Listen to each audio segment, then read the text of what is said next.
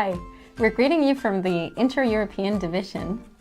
Yeah, we're going to try to share with you a little bit Global Youth Day this year, but it's true that these last 2 years have been a little bit a nightmare because with this pandemic, the union, the young people, they have not been able to go out. But things had happened anyway, so we would like to share them with you. Yeah, and I think it's a nice thing that even though these couple of years have been difficult for all of us, we can still find examples of how people have found ways of being the sermon in their own way. So I think that has been special. Yes, yes, yes. We hope you enjoy. Jonathan, la verdad es que es un placer tener este ratito en el que podamos conversar un poquito sobre Global Youth Day en España. Es verdad que estos años con la pandemia han sido terribles y nos han ido cortando un poco las actividades que llevábamos haciendo, pero si pudiese explicarnos un poquito, ¿no?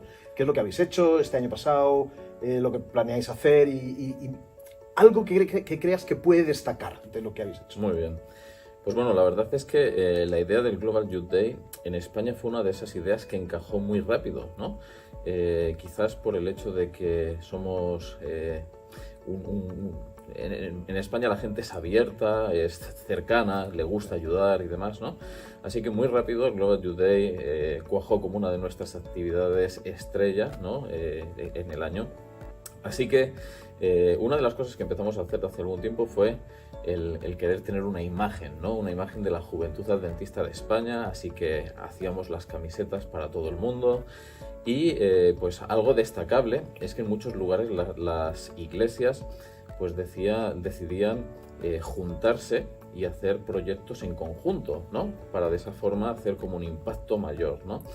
Así que pues casi siempre se ha seguido la temática que se proponía en el Global Youth Day, pero se han adaptado las actividades de impacto pues un poquito a la realidad de nuestro país, ¿no? Entonces, algo muy interesante ha sido, por ejemplo, en España tenemos dividido a la juventud en 10 zonas y en esas 10 zonas se han hecho proyectos en conjunto y otras iglesias han hecho los proyectos a nivel particular. Quizás algo destacable, interesante, es el hecho de que la iglesia lo ha vivido como algo de todos, ¿no?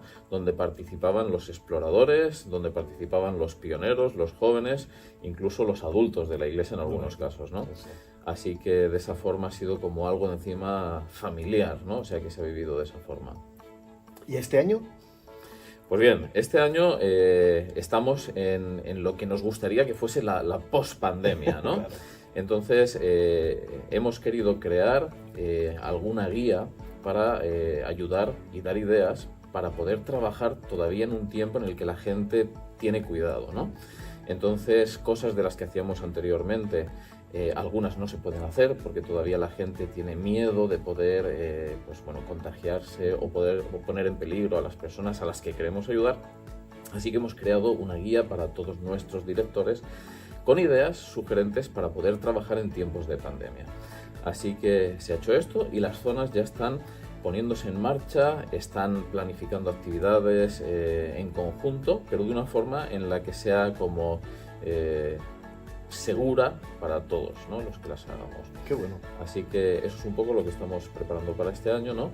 En el que ya hemos decidido que hay que salir a la calle y volver a estar presentes, ¿no? O sea, hemos dejado un poquito las cosas online, que fue como trabajamos estos últimos años, y ahora ya estamos en la calle. Qué bueno. Pues muchas gracias por estar con nosotros este momento, Jonah, y estaremos muy pendientes de cómo ocurre todo, cómo se lleva adelante Global Youth Day. De acuerdo, pues muchas gracias.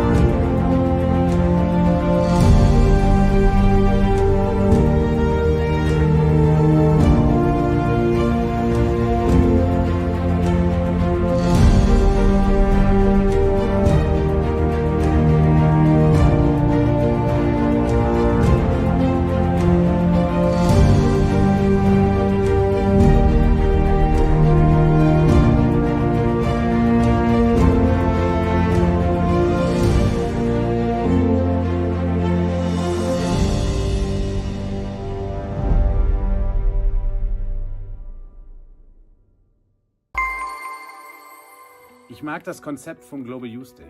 Ich mag die Idee, rauszugehen und eine Predigt zu sein, anstatt nur eine Predigt zu hören. In den letzten Jahren habe ich allerdings auch feststellen müssen, dass es nicht immer so einfach ist, wirklich sinnvolle Dinge für unsere Mitmenschen zu tun, ihnen wirklich zu helfen. Besonders dann, wenn wir uns nicht damit zufrieden geben wollen, einfach nur an einem Tag im Jahr ihnen etwas Gutes zu tun, sondern wenn wir uns für Veränderungen einsetzen wollen. Heute möchte ich dir deshalb eine Idee vorstellen, wie es uns gelingen kann, wirklich etwas Sinnvolles für unsere Mitmenschen zu tun, uns aber auch gleichzeitig auch für Veränderungen in unserer Gesellschaft, in unserer Stadt, in unserem Umfeld einzusetzen. Die Grundidee ist einsetzbar für alle Bereiche unseres menschlichen Lebens. Vor allen Dingen in den Bereichen, wo Menschen Ungerechtigkeit widerfährt, wo wir die Umwelt zerstören, wo Menschen ausgebeutet werden. Für heute, um die Idee zu erklären, möchte ich mich aber auf den Bereich Fast Fashion beziehen. Im Wesentlichen sind es 3 Schritte, die wir gehen müssen. Der erste und der wichtigste Schritt ist erstmal das Problem zu verstehen. Warum ist Fast Fashion so zerstörerisch? Im Internet oder auch in einem Dokumentarfilm begegnen dir ganz schnell die schockierenden Fakten. So ist es beispielsweise so, dass eine Näherin in Bangladesch in der Regel 40 bis 50 Euro pro Monat verdient. Für ihren Lebensunterhalt braucht sie aber ungefähr 120 Euro. Erschreckend ist auch unser Verbrauch. Statistisch gesehen kauft jeder Europäer im Jahr 26 Kilogramm Textilien.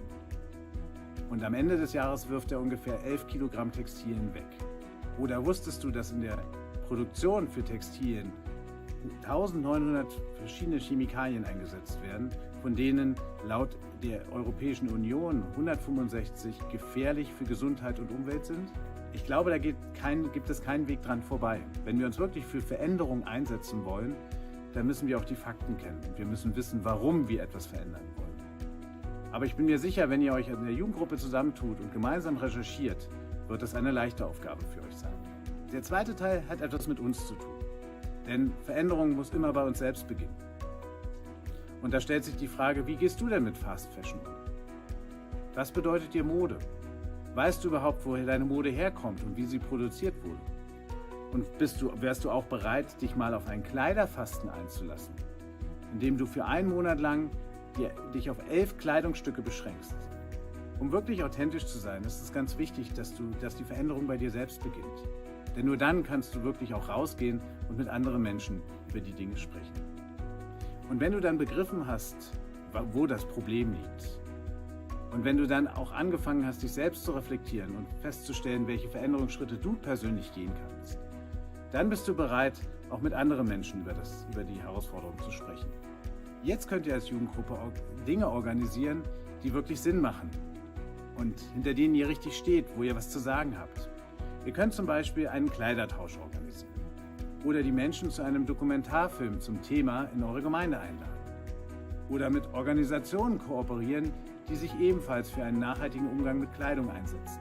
Ihr könnt als Jugendgruppe eine Shoppingtour unternehmen zu all den Second-Hand-Märkten in eurer Stadt. Oder ihr könnt wirklich auch aktiv in der Öffentlichkeit werden, indem ihr beispielsweise einen Kleiderhaufen vor eurer Gemeinde oder vor einem großen Kaufhaus aufbaut.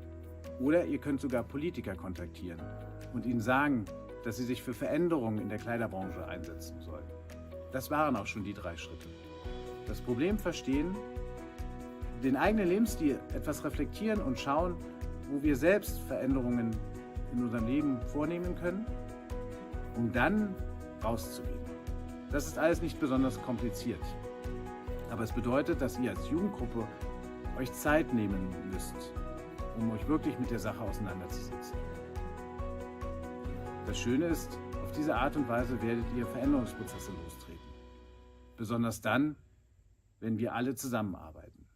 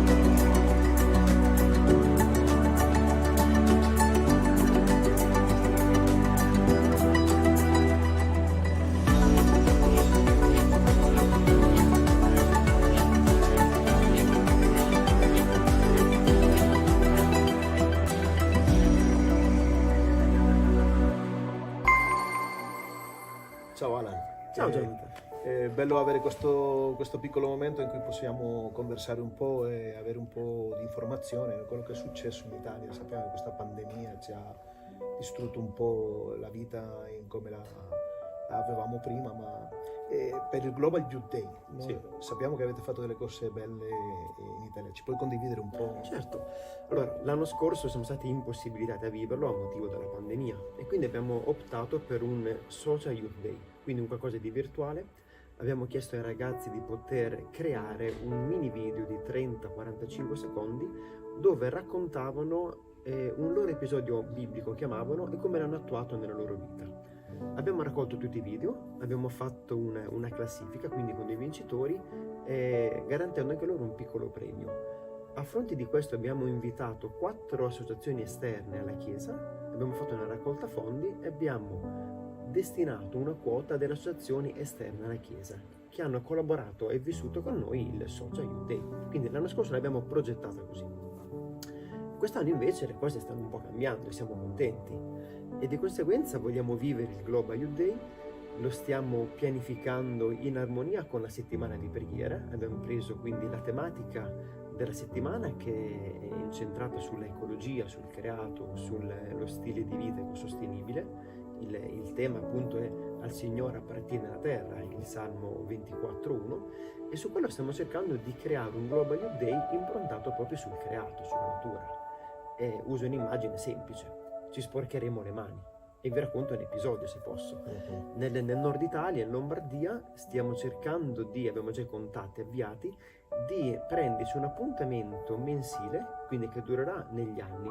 Quindi ogni mese i giovani di una chiesa della Lombardia andranno in questi 2 parchi e faranno manutenzione, pulizia, raccoglieranno. E abbiamo già in programma per il 19 di marzo l'idea di poter anche piantare degli alberelli, delle piante, e così ogni anno vedere queste piante che crescono. Quindi una nostra impronta verde in questa società che è strana, che roba. Che bello. Già che ci sono, vi racconto un aneddoto bello che porta anche la gioventù italiana a vivere e a dare continuità a questo aspetto. Nel 2017 eravamo nel Sud Italia, in Puglia, a Lecce, e decidemmo, vedendo le spiagge purtroppo trascurate, il mare è fantastico, bellissimo, ma le spiagge trascurate, abbiamo chiesto ai ragazzi: vi va se puliamo?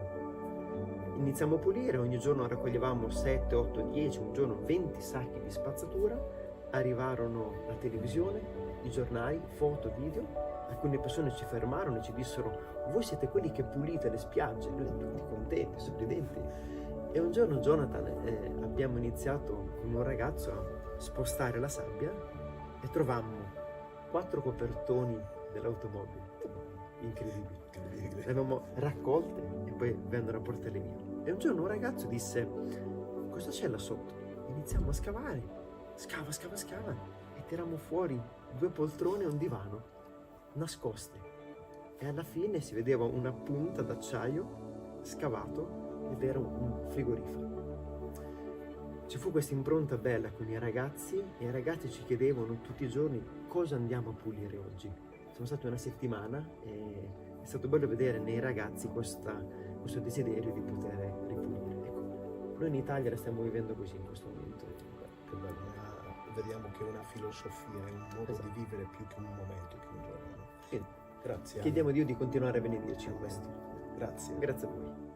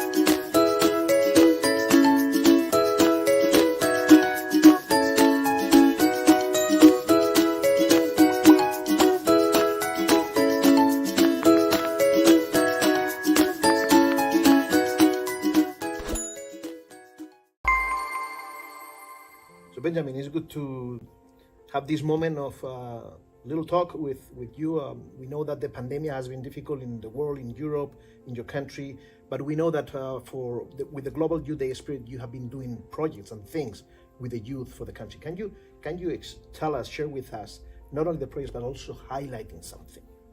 Of course, the pandemic took us by surprise, being used to talking with young people in face-to-face contact, but we were forced to think outside of the box and started to do projects that would be able to be done by young people from home, for example.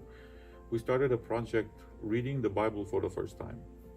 And this was a project that promised them a Bible if they would do it. And we did these really beautiful Bibles with the publishing house. And many young people were involved. We actually went over budget because we had to give all those Bibles away, and we gave out hundreds of Bibles. And the interesting part was that because we made this project public, we had people that were not part of the Seventh-day Adventist Church that wanted to be part of it. And of course, according to their age, they had to read more or less of the Bible. The older you were, if you were, for example, high school level, you had to read the whole Bible throughout the year to receive the Bible. We were also forced to go through the online platforms, Zoom or YouTube, and we did Sabbath School online. We also did Vacation Bible School online. We also did an evangelism crusade with young people in a sitcom style, in which they didn't present the gospel, but they talked with each other about Jesus.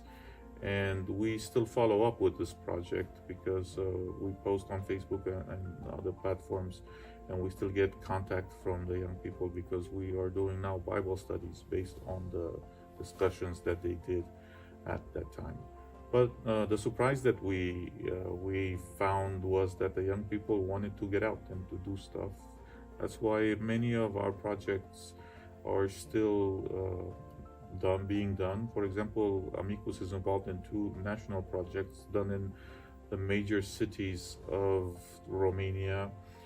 For example, Running for Your Mother. It's a cross that uses all the money that is collected by registration for different projects, and also the Drop of Life, which is a blood drive throughout Romania, is coordinated by them. At the same time, because you asked of something interesting, we had many people that were present in these things that we don't know who they are. For example, I did a project that was a fitness project. You had to do 100 squats in a certain number of days. You had to reach that 100 squats to do it. I think it was 20 or 30 days. I don't remember right now. And I had to do it myself because young people would ask me, did you do it, or are you doing it, or is it just us doing it? So I had to film myself uncut doing 100 squats so I could show them that I did it. I couldn't walk for a little bit after that. But the interesting part is that I have one young lady, for example, who I don't know who she is. I've asked all the pastors, I've asked all the youth directors, the Pathfinder directors, do you know who this young lady is? And they don't know who she is. So I'm still waiting to find out who she is because I have a prize for her. The involvement of the church and the young people in this, I think, was tremendous. And I'm sorry I cannot speak about all the projects that we did. Thank you, Benjamin. Thank you. So this is it. We're at the final of the end of this program, and we hope you enjoyed it. And let's pray and let's see how this next year will go and how things will develop. We would like to be out there with the people again. Exactly. So we just want to encourage you to continue finding ways of being the sermon in your everyday lives, because this is not just about a day, it's about a lifestyle. So you are in our prayers, and we'll be back next year. Yes.